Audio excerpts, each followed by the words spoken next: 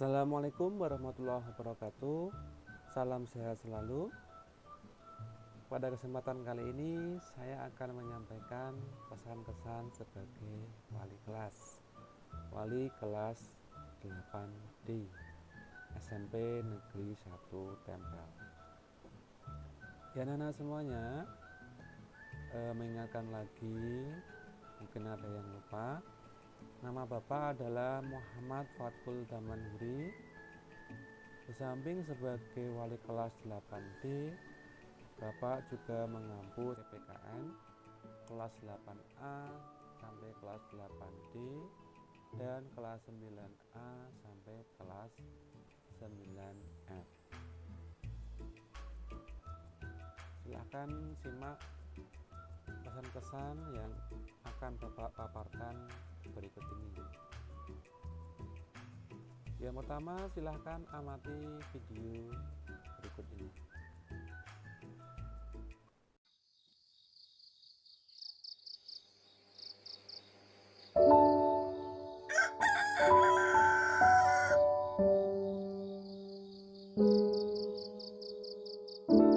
Namaku Laila, terlahir dari keluarga yang kurang mampu.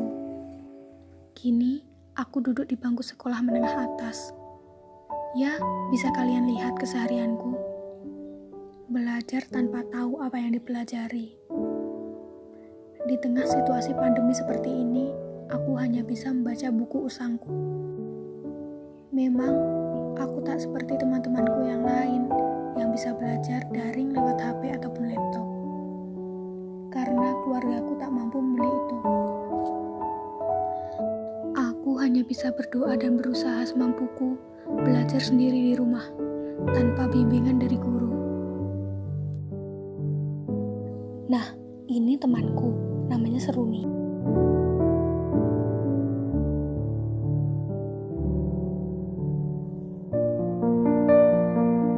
Dia adalah satu-satunya temanku yang paling baik dan mengerti kondisiku. Bahkan, dia menghubungi guru kalau aku tidak bisa mengikuti pembelajaran daring seperti teman-teman yang lain.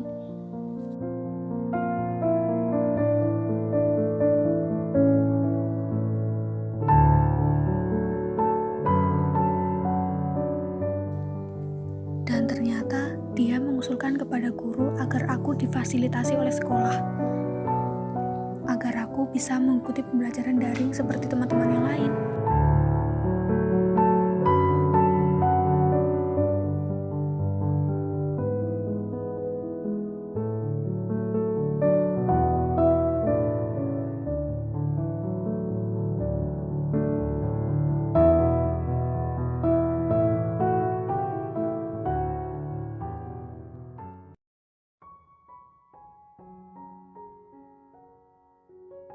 Pada hari itu, dia datang membawa kotak HP baru untukku. Aku sangat senang sekali.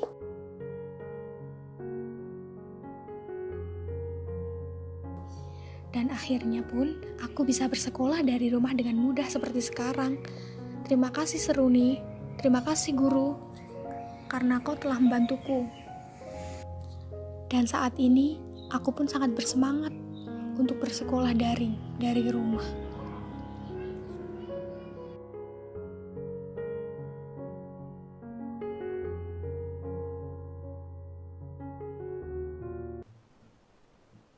Nah, setelah kita mengamati video tadi yang Bapak kira sangat menginspirasi sekali, apa hikmah yang bisa kita ambil dari video tersebut?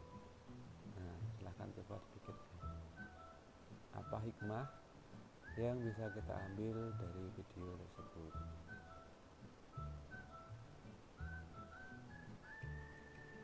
Ya, jadi ini ya, beberapa hikmah yang bisa kita ambil antara lain, kita harus bersyukur dalam pembelajaran jarak jauh ini karena mempunyai fasilitas cukup memadai untuk belajar.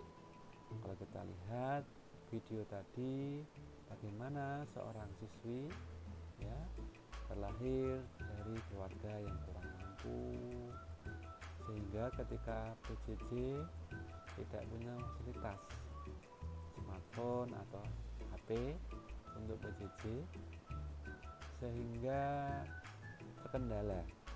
Di rumah hanya bisa membaca buku sendiri, tidak ada yang mendampingi. Jadi kalau sendiri itu kan, kalau ada hal-hal yang kesulitan, sulit juga untuk dipecahkan. Mau hubungi guru mapelnya sulit juga karena tidak punya fasilitas.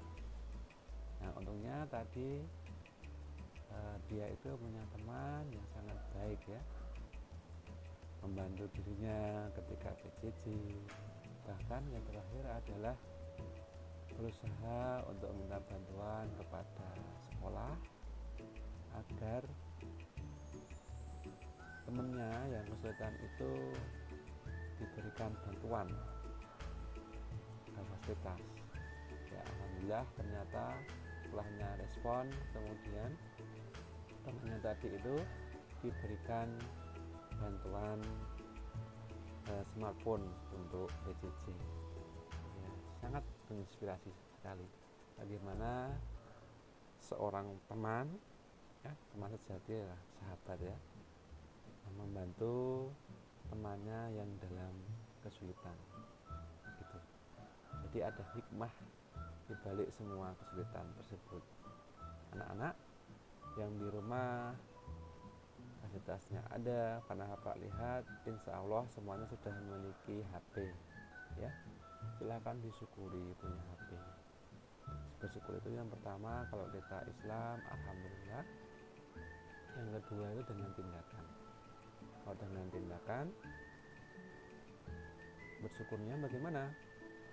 Kita gunakan smartphone tersebut dengan sebaik-baiknya untuk pembelajaran jarak jauh ini.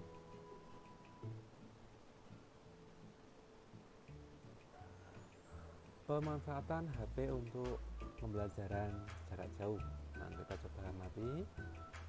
Ada foto, ini foto 1, kemudian ada foto 2, ada foto 3. Dari ketiga foto ini, kira-kira mana yang tepat dalam PJJ ini? Foto 1, ya tepat sekali. Itu adalah salah satu siswa Bapak ya, sekarang naik ke kelas 9.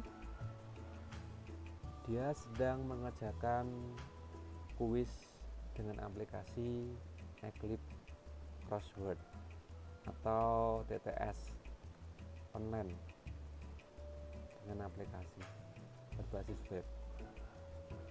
Jadi HP smartphone digunakan untuk PJJ. Tepat itu, tepat sekali. Nah, ini gambar yang kedua menunjukkan anak sedang bermain game. Nah, kurang tepat ketika HP digunakan untuk bermain game, karena sekarang PJJ HP itu digunakan untuk belajar, media untuk belajar, membuka WA, kemudian Google Classroom, melakukan Zoom meeting atau Google Meet dan lain sebagainya ya. Ya, silahkan anak-anak bisa memanfaatkan HP dengan sebaik mungkin ya. Jangan sampai ketika PJJ anak-anak justru melakukan hal-hal lain. Silahkan ketika PJJ anak-anak ikuti seperti halnya ketika belajar di sekolah ya. Jadi anak-anak tetap mengikuti instruksi dari guru. Ketika disuruh membaca materi ya membaca materi. Ketika diminta untuk melihat materi di YouTube, silahkan juga mengamati materi di YouTube. Kemudian yang ketiga itu foto anak sedang membuka sosial media. Nah, ini juga kurang tepat ya. Ketika ketika memang tidak ada instruksi yang menginginkan anak-anak untuk membuka sebuah sosial media, silahkan anak-anak jangan membukanya ya. Fokus pada mata pelajaran yang sedang dipelajari seperti itu.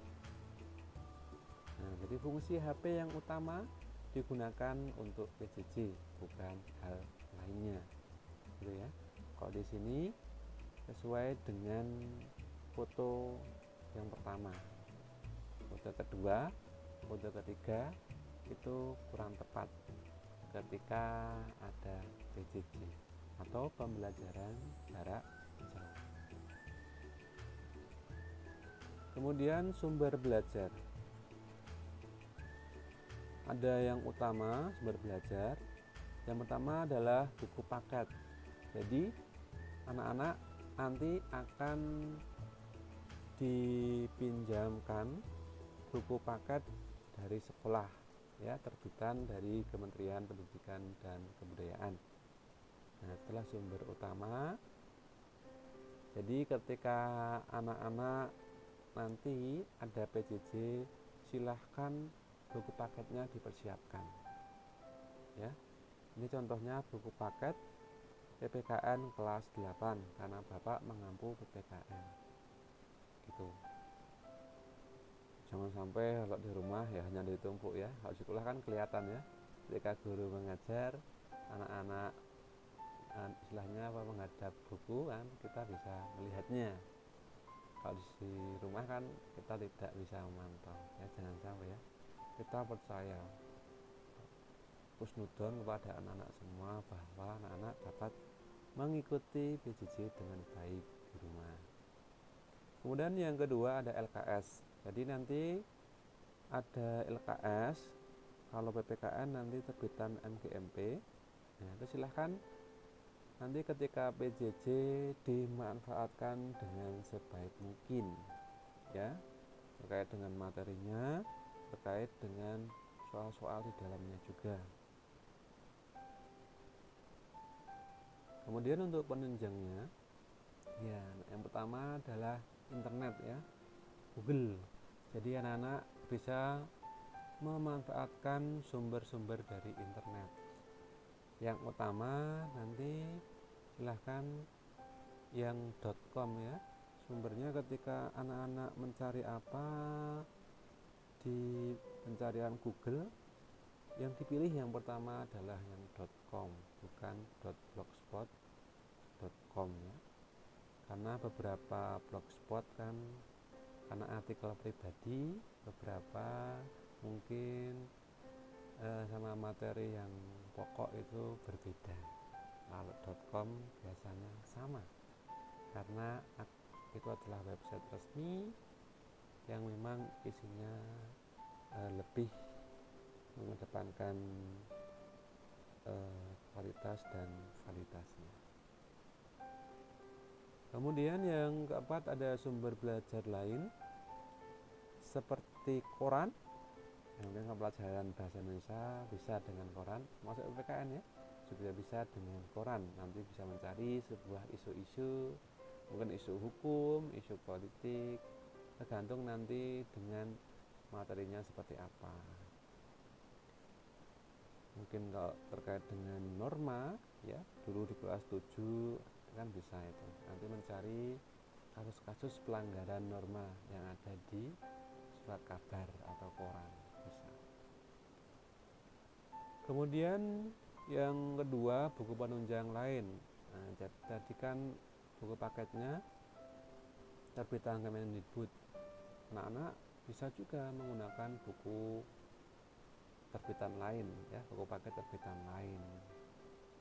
Mungkin Erlangga, mungkin Intan Pariwara dan lain sebagainya. Kemudian Undang-Undang Dasar. Nah, ini untuk Undang-Undang Dasar Bapak wajibkan ya, beli saja yang paling murah, yang 2000. Nah, silahkan dimiliki ya, karena itu penting untuk pelajaran PPKN. kita gunakan di SMP, SMA, bahkan sampai perguruan tinggi ya. Karena anak-anak walaupun tidak mengambil jurusan PPKN, besok kalau kuliah, sampai hari ini PPKN masih menjadi mata kuliah umum. Jadi Undang-Undang Dasar masih dipakai dalam satu mata kuliah. Jadi Undang-Undang Dasar itu penting ya untuk dimiliki. Kemudian siaran televisi. Nah, jadi ketika ada berita itu bisa juga digunakan sebagai sumber belajar. Nah, mungkin nanti ada tugas dari guru, mungkin di TV ada siaran peringatan Hari Kesaktian Pancasila atau hari lahirnya Pancasila. Nanti bisa jadi sumber belajar. Kalau bahasa Inggris mungkin di televisi ada pemutaran film apa dengan bahasa Inggris, ini bisa mencermati itu dan lain sebagainya. Kemudian lingkungan sekitar, nah, itu juga sebagai sumber belajar penunjang ya, kan bisa kita belajar itu sumbernya dari manapun itu dan lain-lain ya. Banyak sumber belajar di samping buku paket, LKS, internet, dan sumber belajar lain yang telah Bapak jelaskan tadi. Kemudian selanjutnya adalah kegiatan pramuka. Nah, ini foto anak-anak yang sedang mengikuti pramuka ya, semangat sekali. Diambil dari detik.com. Kemudian yang sebelah kanan itu foto kegiatan pramuka melalui daring. Ini Zoom meeting. Nah, meskipun ekstra pramuka diadakan secara daring, anak-anak harus tetap semangat, gitu ya. Jadi anak-anak di kelas 8 diwajibkan untuk mengikuti pramuka karena pramuka itu ekstra wajib. Nah, karena ini masih masa pandemi, pramuka diadakan secara daring. Walaupun daring, silahkan diikuti dengan baik kegiatan ekstra pramukanya ya. Kemudian tetap semangat karena pramuka itu kan banyak manfaat untuk kita. Yang pertama, anak-anak bisa terbentuk karakternya ya, bagaimana melatih kemandirian, bagaimana melatih kedisiplinan, tanggung jawab, keberanian, dan lain sebagainya. Kemudian yang kedua juga bisa memupuk rasa solidaritas antar teman ya, karena kalau kita lihat anak-anak pramuka itu kan dengan temannya itu sangat solid ya, gitu, dan lain sebagainya. Banyak manfaat yang bisa kita ambil dari ekstra pramuka.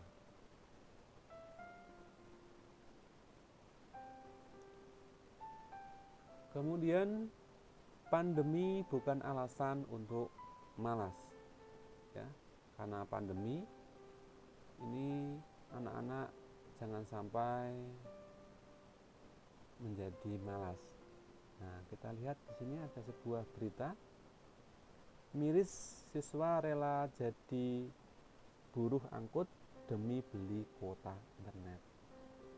Nah, ini ada sebuah berita dari Kompas mengenai seorang siswa yang harus banting tulang menjadi seorang buruh angkut demi bisa membeli kuota internet. Nah, ini contoh bagaimana perjuangan seorang siswa ya. Anak-anak itu ya, contoh-contoh seperti ini itu direnungkan agar kita itu mindsetnya jangan sampai nanti itu malas ya, malu dengan orang-orang seperti ini kalau ketika kita PJJ ini itu malas ya. Anak-anak yang fasilitasnya lengkap harus bisa rajin.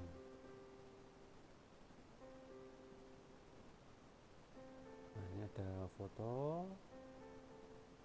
Nah, sukses itu butuh perjuangan ya, seperti ini. Melompat di antara dua tebing untuk mencapai sebuah kesuksesan.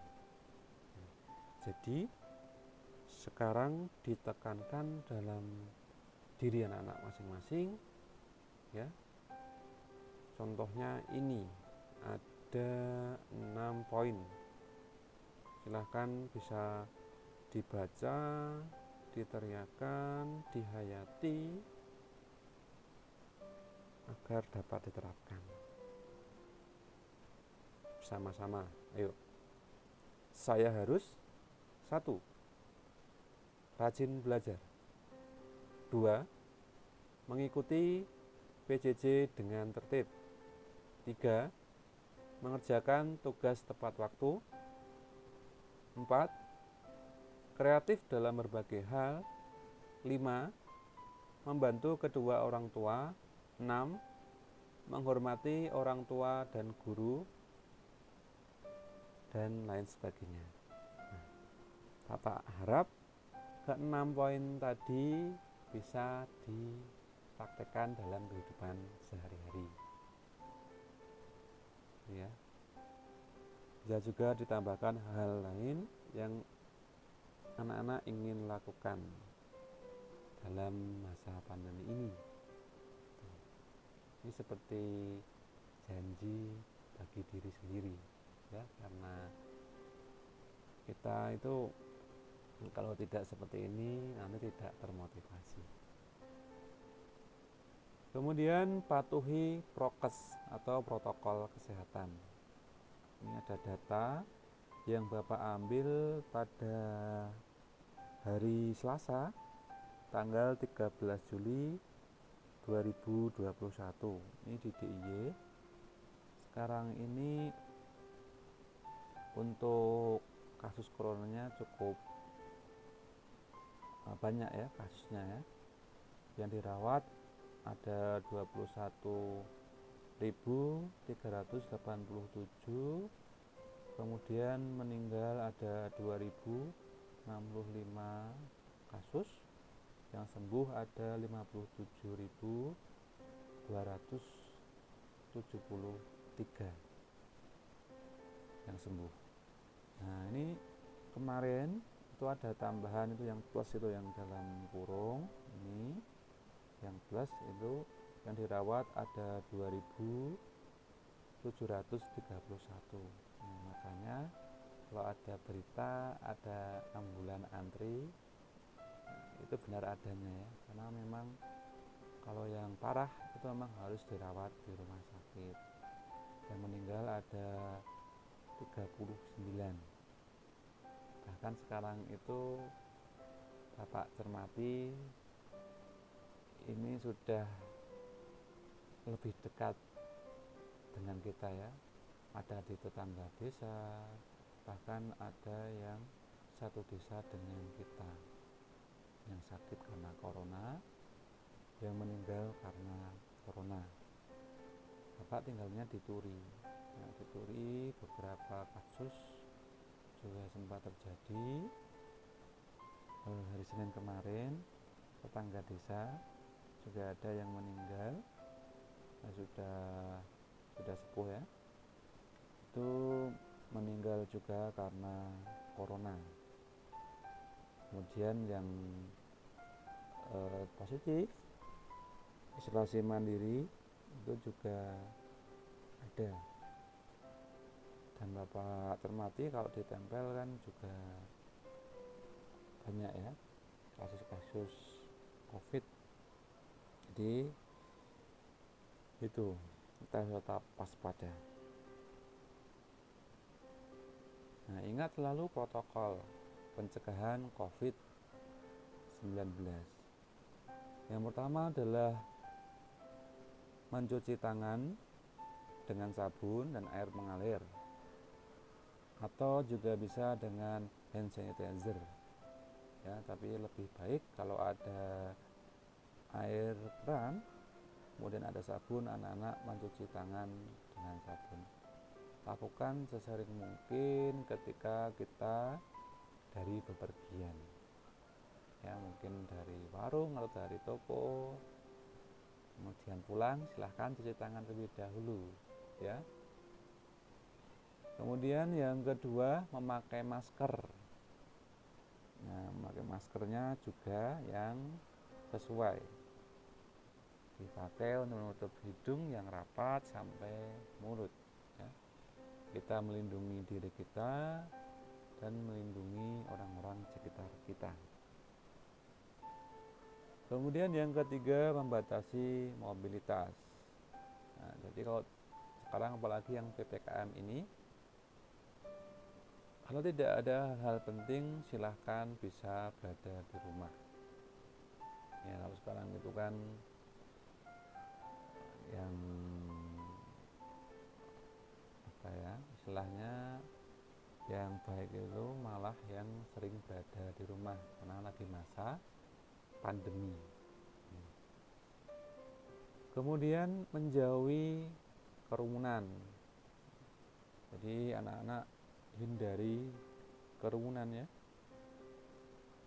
di tempat-tempat perbelanjaan, di pasar, di mall, dan dimanapun.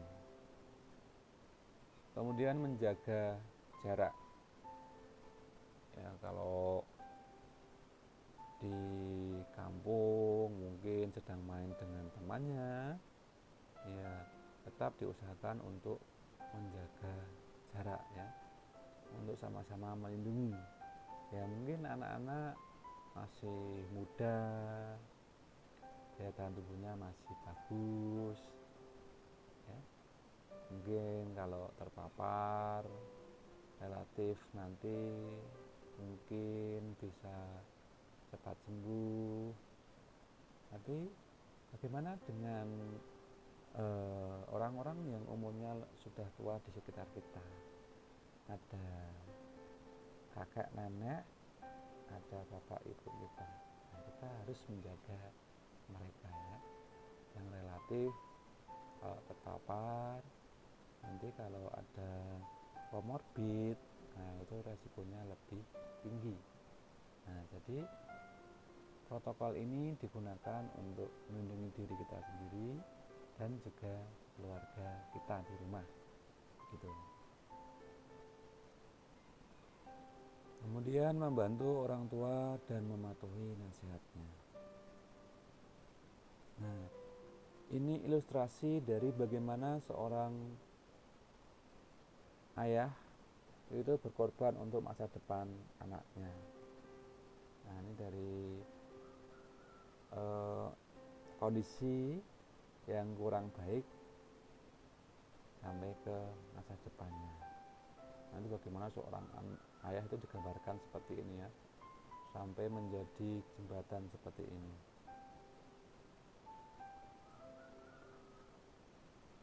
Kemudian kalau kita di rumah karena orang tua kita telah membanting tulang kerja keras untuk masa depan kita, silahkan bantulah orang tuamu di rumah.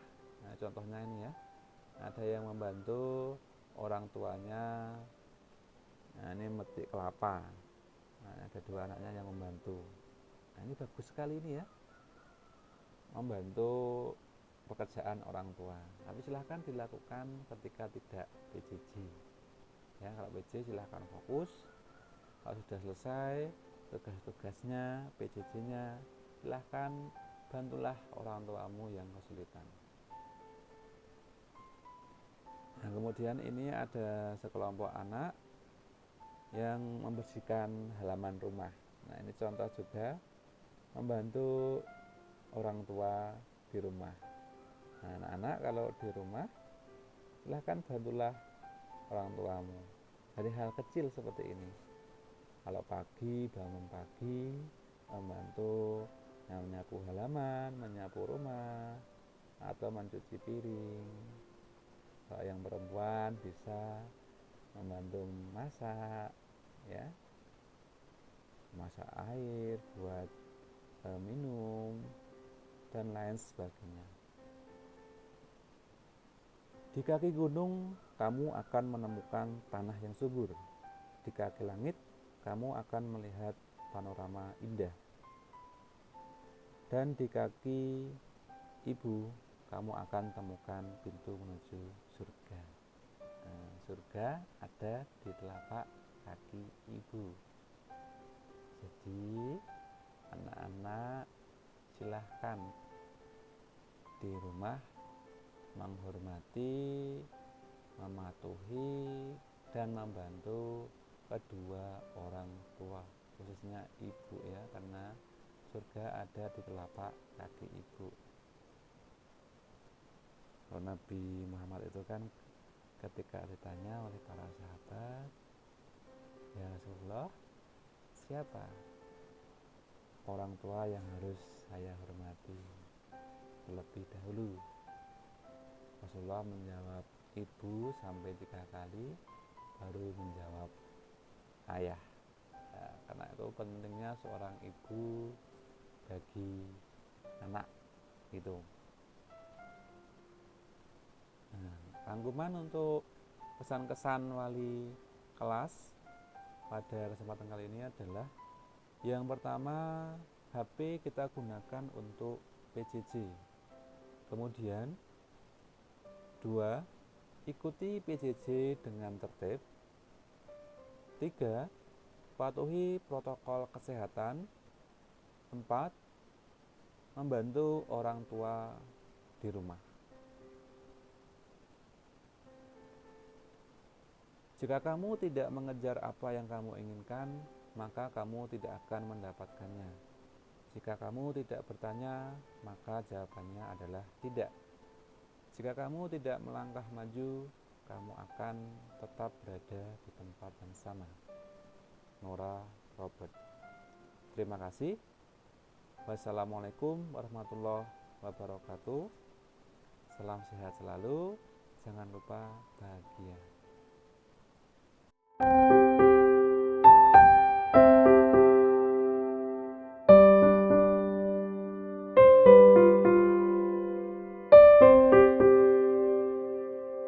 Maybe I should just quit and go back to making noodles. Look, kid, bad things happen, and you can't do anything about it, right? Right. Wrong! When the world turns its back on you, you turn your back on the world. When life gets you down, you know what you gotta do? I don't want to know what you gotta do. Just keep swimming, just keep swimming, just keep swimming, swimming, swimming. You gotta put your past behind you. Yeah, but it still hurts. Oh, yes, the past can hurt.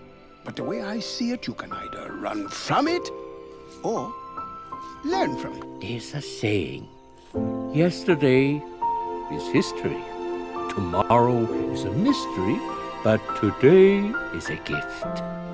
That is why it is called the present. Your story may not have such a happy beginning, but that doesn't make you who you are. It is the rest of your story